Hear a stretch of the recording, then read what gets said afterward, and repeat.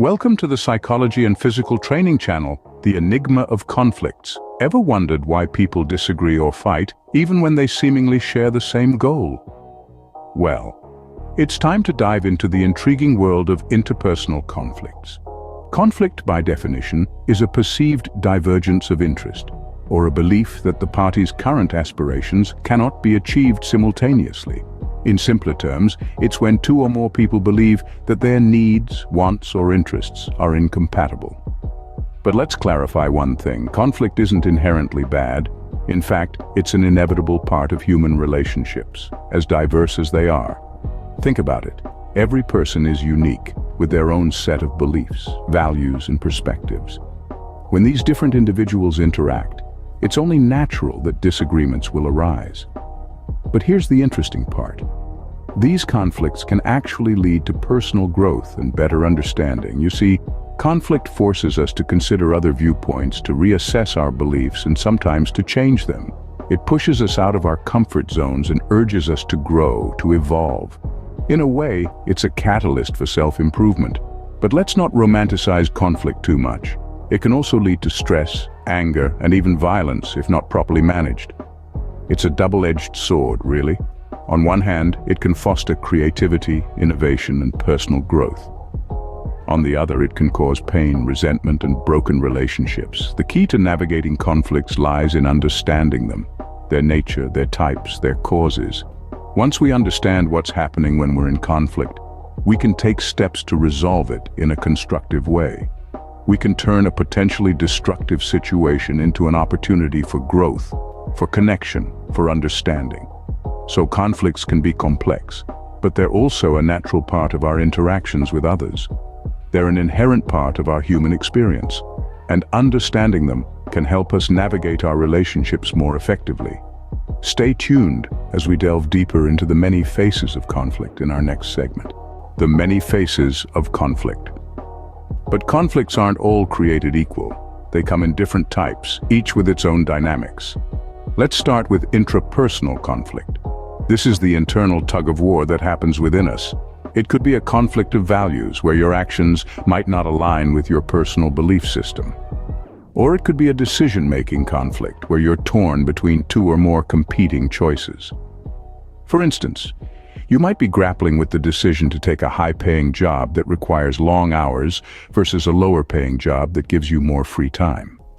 This type of conflict is often a solo journey, where introspection and self-awareness can be key in finding a resolution. Then we have interpersonal conflicts. These are the disagreements that occur between two or more individuals.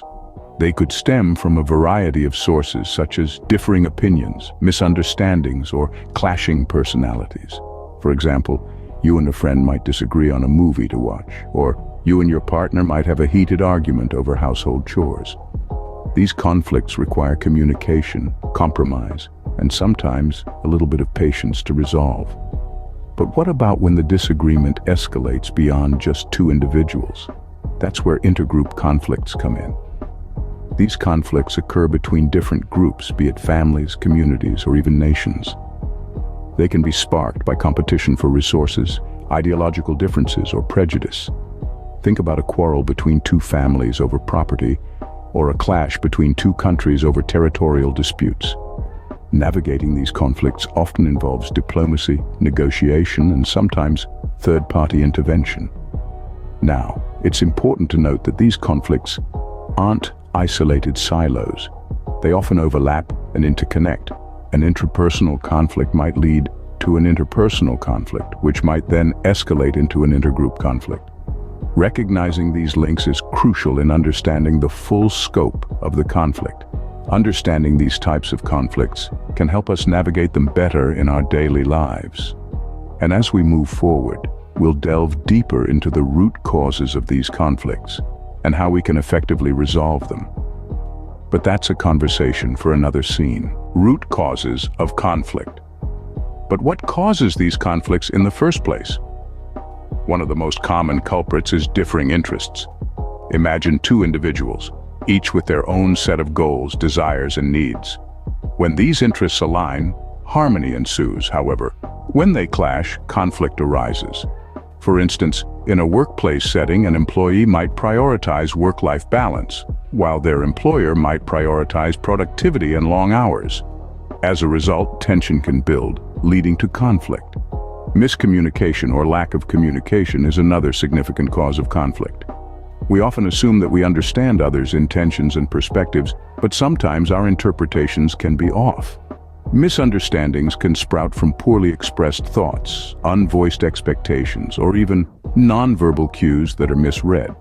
The possibility for miscommunication increases in our digital age, where tone and context can easily be lost in translation. Power struggles, too, can lead to conflict. They often occur when individuals vie for control or dominance in a relationship or situation. Whether it's a tussle for leadership in a team, a struggle for influence in a social group, or a fight for control in a relationship, power struggles can create a competitive environment that fuels conflict. In addition to these, there are other less obvious causes. Personality clashes, cultural differences, or even stress and external pressures can ignite the spark of conflict. However, it's important to remember that conflict isn't inherently bad. Yes, it can be uncomfortable and challenging, but it also provides an opportunity for growth and improvement. Understanding the root causes of conflict is crucial because it allows us to address these issues directly, rather than merely dealing with the symptoms. By identifying and understanding the source of conflict, whether it's differing interests, miscommunication, power struggles, or something else, we can start to develop strategies for resolution. These might involve improving communication, finding compromises, or changing the dynamics of power. The root causes of conflicts are diverse, but understanding them is the first step in resolving them. Resolving conflicts. So, we understand conflicts and their causes, but how do we resolve them? Well, the good news is there are several strategies at our disposal, each with its own strengths and nuances. Let's start with negotiation. It's a process where the parties involved in the conflict communicate directly with each other to reach a mutually acceptable resolution. But bear in mind, negotiation isn't a zero-sum game. It's not about I win, you lose. It's about finding a balance, a compromise where both parties can walk away feeling satisfied. Then we have mediation.